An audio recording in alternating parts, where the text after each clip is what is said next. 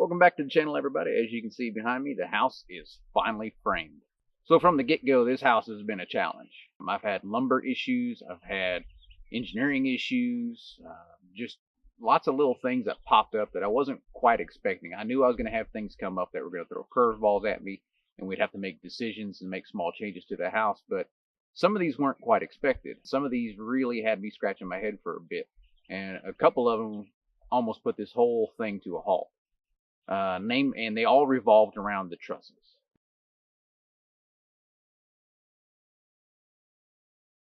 So right after the foundation was completed, my dad and I had just a few days here to put together the trusses on a nice flat work surface. We had to work quickly as I had the framers scheduled to come out in just a few days. So I did a separate video on this earlier, so if you haven't seen this, I'll leave a link below. So with the trusses out of the way, the framers arrived and they started going right away. I figured the framers would probably take about a week or so to get the majority of the framing out of the way so we could get started with the trusses, but they knocked out the bulk of the framing in just 2 days. So I had to move quickly to move my schedule around and got out there with a large SkyTrack and start to get to work.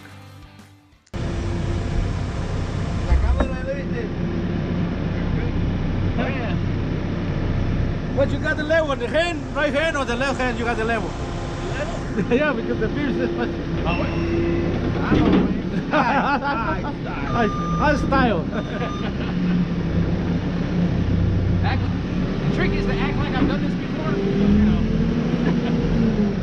Well, right away we found that a large set of LVLs that were supposed to go in the living room and support the trusses weren't here. Somehow these got left out of material takeoff, so I had to scramble and get those on order. While we're waiting on them to show up, the framers started on doing the joists and the rafters on either side of the living room and started putting up the large timber beams across the front and rear porches.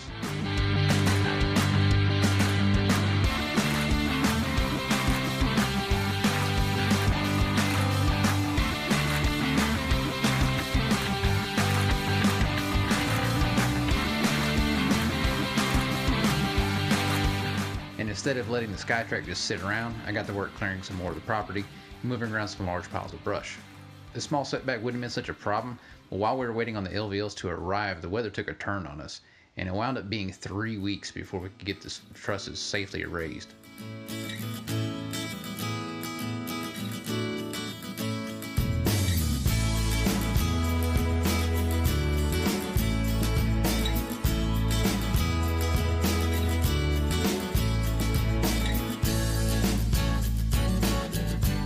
When the weather finally did break, we could finally get these trusses up. Up until now, I thought I had some stressful days, but compared to getting that first truss up, they were nothing. I tossed around the idea of getting a small crane out here, but given the cost and possibility of weather or other issues causing us delays, I opted to go with the SkyTrack again. This way, if the trusses didn't get raised, I could still use that SkyTrack for other jobs on the site. Well, come to find out, I should have got that crane. The SkyTrack, while big, it just wasn't quite enough to get that first truss all the way home. It would only get us about 3 feet from where it needed to be. This nearly put the build to a complete stop, and I was starting to really freak out at this point. But thankfully the framers were able to get the truss set in place on the LVL and stabilize it, and then they just beat and pushed the dang truss all the way over until it made it to its final resting place up against that near wall. With the first truss out of the way, the rest went pretty smooth. I was down on the ground operating the SkyTrack while the rest of the framers were up top handling the actual truss and getting it secured in its location. The hardest part about using the SkyTrack to raise these trusses was that it was at an angle to the rest of the house for most of the trusses. So when the truss needed to go straight back or straight forward, the SkyTrack would only let it move on a diagonal. So we had to get a little creative on how to get it to move sometimes, but we ended up getting it there. The other problem was that the framers, their primary language is Spanish, and mine certainly is not. So we had a little bit of a language barrier here we had to get through. So we come up with a lot of creative hand signals and whistles and whatnot. And we were able to get a basic means of communication together here so we could finally get these things raised and do it safely. So once all the trusses were finally up, we could sit back and just take a look at these things. And the sight of seeing these things up on top of the house was spectacular. It truly was a sight to see. I almost hate to cover them with roofing or anything because they look so cool just sticking up in the air like that.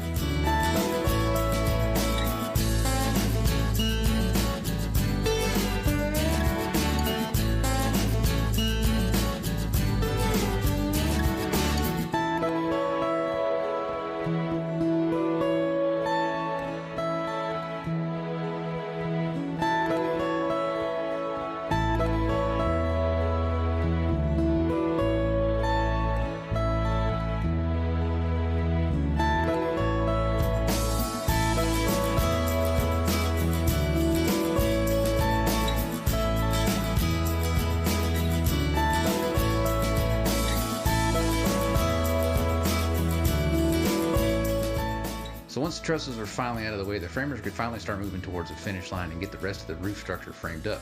While they were doing that, I focused on getting the posts for the porches cut and set in place. After some more weather delays, the framers were just about done decking the house. I moved inside to start cleaning the trusses. Now, I would have liked to have done this before we raised them, but we were moving at such a quick pace getting the trusses raised that I didn't want to slow down and stop. In particular, I would have hated to wait and then the weather take a turn on us again and we'd lose out on getting all the trusses up. So we weren't going to waste time trying to clean them now. So cleaning the trusses worked out pretty well. The only problem was I hate scaffolding. So for some reason, the shake in scaffolding just magically happens to match the resonant frequency of the buckle in your knees, and the two seem to feed on each other. But after a couple days, I got all the trusses cleaned up. I'll worry about the trusses on the front and rear porches and the exterior posts and beams when we get a little bit closer to the finished work. So now let me take you on a tour of the house. I'll be doing this from a cell phone, so hopefully I can keep this thing steady enough so that we don't get all sick watching it. So first up is the front porch area. So the front porch starts from way down there and goes all the way over that way. So that's about 100 feet from one end to the other, and it's 8 foot deep in most areas. Now out here in the middle, it's quite a bit bigger. From that header up there over to this one here is about 25 feet, give or change an inch or two. And then it runs 16 feet out this way. And there's also a little foyer area here. That's another, it's about 5.5 feet. As you can see, we got plenty of room on the front porch. I mean, enough room that I've got a whole pallet worth of decking here, and it barely makes a dent. Up above, we have our first couple of trusses. And the video just doesn't do these things justice. They are massive and they are way, way up there. So this is one of those areas where your plans and reality sometimes do not match up. So originally, this header right here, this big 4x12, was going to come down and sit on top of that post. And then this one was going to sit on top of it.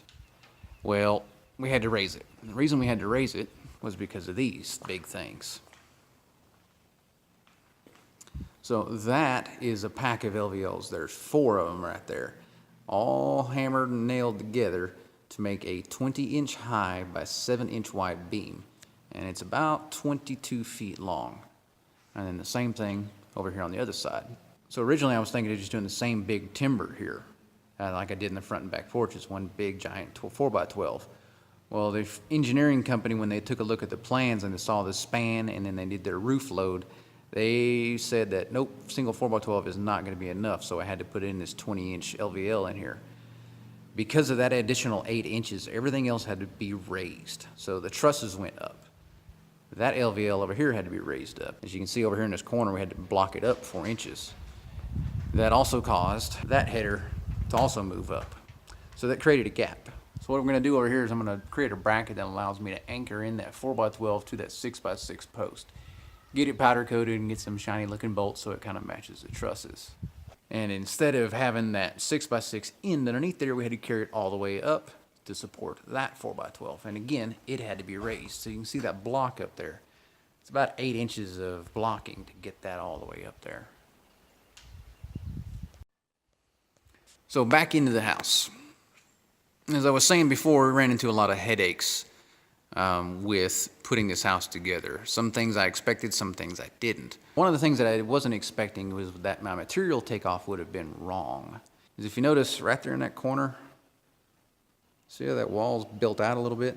And then over there, notice how that is doubled up, that doorway. When they did the material takeoff, for whatever reason, the lumber company measured from this wall to that wall. And they made that LVL that length. So what happened is when we started putting the LVLs up, we noticed that we were too short. So to combat this, instead of sending back the LVL, which would have set us back even further, we just built out this wall here. Now I could have gone all the way up with it, but the problem if I did that was that it would have intersected, it would have hit the bottom of this truss here, and it would have been flush with it, which isn't a problem until you start putting on drywall, and then the drywall will actually be proud of it. So we just stopped it right here. I'm not quite sold on this just yet. I may end up changing this and running just this corner up to here. But again, I run into the same problem. The drywall would be proud of it. So it's probably just gonna stay like it is, and we're just gonna have to have some awkwardly placed ledge up here. So I may do something up here to kind of mask that, but we'll see. Over here on the other side, basically the same solution. We just built out a small wall section here. But instead of just doing this one little strip here, we ended up bringing it around the side. So when this whole thing is finished up, what's really going to look like is it's basically just going to be like a massive column here. And hopefully that looks a lot better than it would be if it was just that single jut out. On the other side of the living room, we had a similar issue.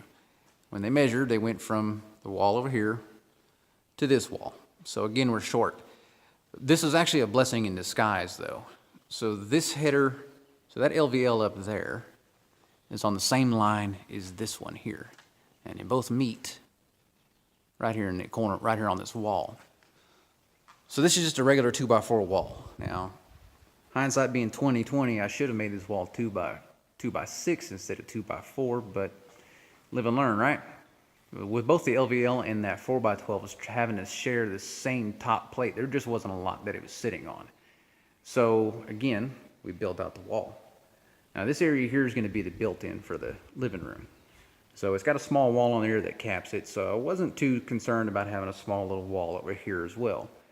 And what that allowed us to do was then move the LVL to the left and then set it securely on that wall over there. So while we're in the living room, I figure I'll show you the main focus of this house, and that's these big old trusses. So like I said, they're about 25 feet across, and we estimate they weigh about 850 to 900 pounds, give or take. Now these ones on the front and back porches, they're a little bit different than the rest of them. What we're going to do here is we're actually going to put windows across here and in that opening in the front, and then the same thing over the ones in the front doors. Problem I'm having now is I need to get windows in here, and I haven't quite decided what window system I'm going to get or how I'm going to do that. I could do a vinyl window, but the problem I'm having with vinyl windows is that I want these to be black to match those truss plates, and I can only get them in white on the exterior and black on the interior. Solution to this would be to do a storefront window, but storefront windows are something that I've never done, and I've been having a really hard time finding somebody in the area that does storefront windows that's actually willing to come out and do these things, or at least show me what I need to get and I'll cut the things myself and install them myself. But I've been a bit focused on everything else, so I haven't had a lot of time to really hammer this out. So if you're watching this video and you know anything about storefront windows, shoot me a message, and I'd love to chat with you and get some information on how I need to get these things done. On the inside of the living room are the big trusses. Now there's 7 of these large scissor trusses. There's 3 here in the living room, and then there's 4 on the front and back porches. And it is a cool sight to see. I wish you could see this in person. The video just doesn't do this justice. So from the far side of the living room, it's completely open all the way over to the kitchen. And speaking of kitchen, it's a huge kitchen. So this area here is going to be a little island bar top. Now, right now it's only 6 inches wide. They're going to make this a foot wide. And the reason for that is I'm running a full 24-inch depth on the top of this thing here. We want a large overhang on this side here so we can pull up some chairs to it without beating your knees into the wall. So we've got cabinets going all the way across the back wall and then all the way down over here, and it's going to stop about where that little red bag is at. And in the middle, we've got a large 4x8 island going in there as well, and it's also going to have a small prep sink in it. Now the view from the kitchen is going to be pretty cool. So I'm standing about where you would be if you're at this sink, and you look up and you just see these trusses.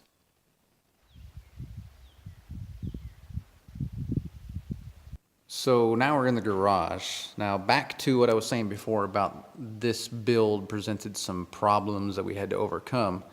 When the engineers did the framing plan for this house, they had 3 LVLs right here, 3 12-inch LVLs. Problem with that, that's a 2x4 wall.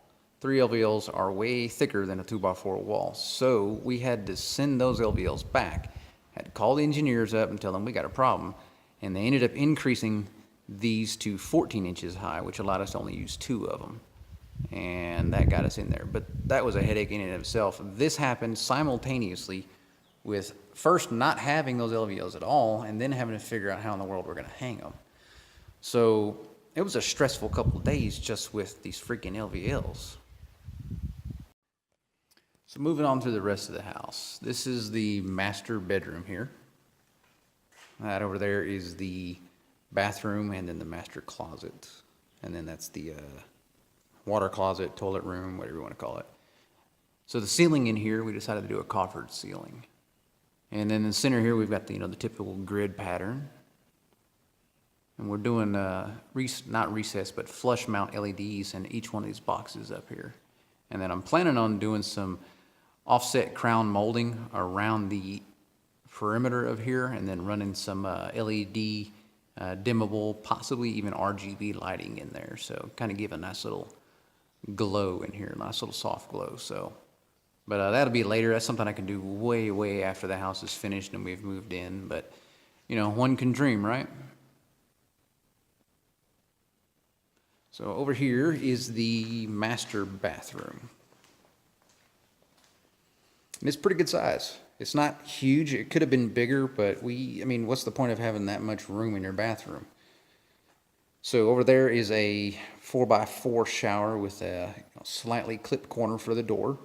Got a double vanity going in over here. Small linen closet again. And there's the toilet room. That's pretty big. It's actually a little bit bigger than it needs to be, so you can really stretch out in here if you need to. And then the master closet. The master closet's big. Plenty of room for all the wife's clothes. Well, I say plenty of room for the wife's clothes. She's got 3 or 4 closets in the current house full of clothes. So she's probably going to fill that one up and a couple of others. Hence why the closets in this house are so dang big. Now this is what's going to eventually be our son's room. Now his room is almost as big as the master bedroom. I think it's maybe a 2-foot difference on this width here. That's about it. So over here in this corner, you might have noticed this bright orange thing sitting here. That's actually some cabling conduit that I'm going to be putting in today. This is one interesting piece of material here. So anyway, I'll be doing a video on this thing later on. It's pretty interesting. There's a whole box of other stuff that goes with it, and I'm super excited to get to work on these things. So stay tuned for that video. So continuing from DJ's bedroom, we move over to his closet. And it's a pretty big walk-in closet. It's not as big as some of the other closets, but it's still pretty dang big. Off of that is the Jack and Jill bathroom that is shared with the other spare bedroom on the other side. So over here we got a rather large single vanity in the toilet. The video might make these look really, really close, but trust me, you're not going to be sitting on the toilet and brushing your teeth at the same time. There's quite a bit of room there. Small linen closet off here to the left, and then the tub over here on the right. And then over to the other bedroom. Now what's nice about this setup is that our spare or guest bathroom, whatever you want to call it, is right over here. Now that bathroom's only got a sink and a toilet. So if we do ever have guests over here in this house and say somebody's in the Jack and Jill bathroom over here, they're not stuck not having a bathroom. So for general bathroom stuff, brushing your teeth, whatever it is, they've got the spare over there. And when they need to take a shower or anything like that, they may have to wait your turn to get to the tub, but shouldn't be a big issue. And again, this is a very large room. It's like 15 by 16, 17 feet, something like that. And the closet is huge too. I think this is roughly 5 by 8. It's a big, big closet. And then the coat closet on the other side is the exact same size. Now, speaking of room, this wasn't something that I had put into the plans purposely, but we just kind of happened upon it, is the size of the attic up here. I'm sitting over here by the end of the trusses, and this attic is massive.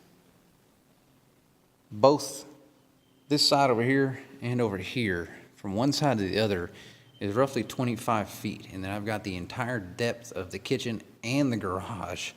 that's fully open. And it goes all the way up to here. And that's roughly a 9-foot ceiling right there. So I've got miles of room up here for storage. And with this all being spray foam insulation all the way up the roof, it's gonna be pretty comfortable up here. Honestly, there's enough room up here that I could actually frame this out, finish it all off, and have like 2 or 3 bonus rooms just in the attic on the one side of the house alone. So later on, I don't know, we may end up opening up that side over there instead of doing a drop down ladder, actually frame in some stairs here and turn this into something up here. I don't know, but in the meantime, I will be decking all of this. So all of the wind bracing that's going in here, I'm gonna pop all those out and put down decking there. So this is nice and finished off. What's gonna be nice though is that I've got so much room is that I can put the HVAC and stuff way over there to that side and then run all the ducting out where it needs to go and leave all of this open. One last thing we do have to frame in is I don't know if you want to call it a soffit or what do you want to call it, but anyway, what we're going to do is I'm going to frame out a box that goes from here to about there and come up to just the bottom of those 2 plates there. What that's going to do is it's going to create a channel that connects this side of the house over to this side of the house.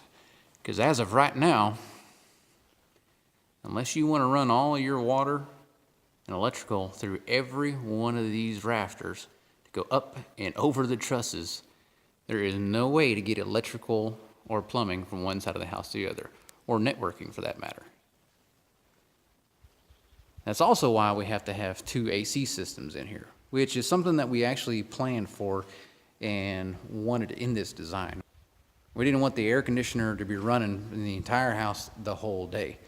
So with it being a split design and having all the bedrooms on one side of the house, we can only cool the bedrooms for the most part at night, and then the rest of the house during the day. And then vice versa in the winter time, heat one side versus the other. So that should help to reduce our heating and cooling costs a little bit. So that's it for this video, guys. Thanks for watching. I know this video is kind of long. I spent the last 2 months working on this house, and all the video just added up over time. And I really should have split this into 2 different parts and did an earlier video, but I was against the clock trying to get this place finished, so it just wasn't happening. So anyway, thanks for watching. I'll leave you here with a little flyover of the completed house. Like I said, the roofers are just about to get started, and hopefully by the end of this following week they should be done. So I'll have another video out pretty soon. Going forward, I do plan on doing weekly update videos, or at least bi-weekly update videos, so we don't have to sit through 20 minutes of footage covering 2 months worth of work, but we'll see how that goes. Anyway, if you haven't done so already, make sure you hit that subscribe button, and if you like the video, hit the like button as well. Leave me a comment below to let me know what you think about the house so far. And again, thanks for watching. We'll see you guys next time.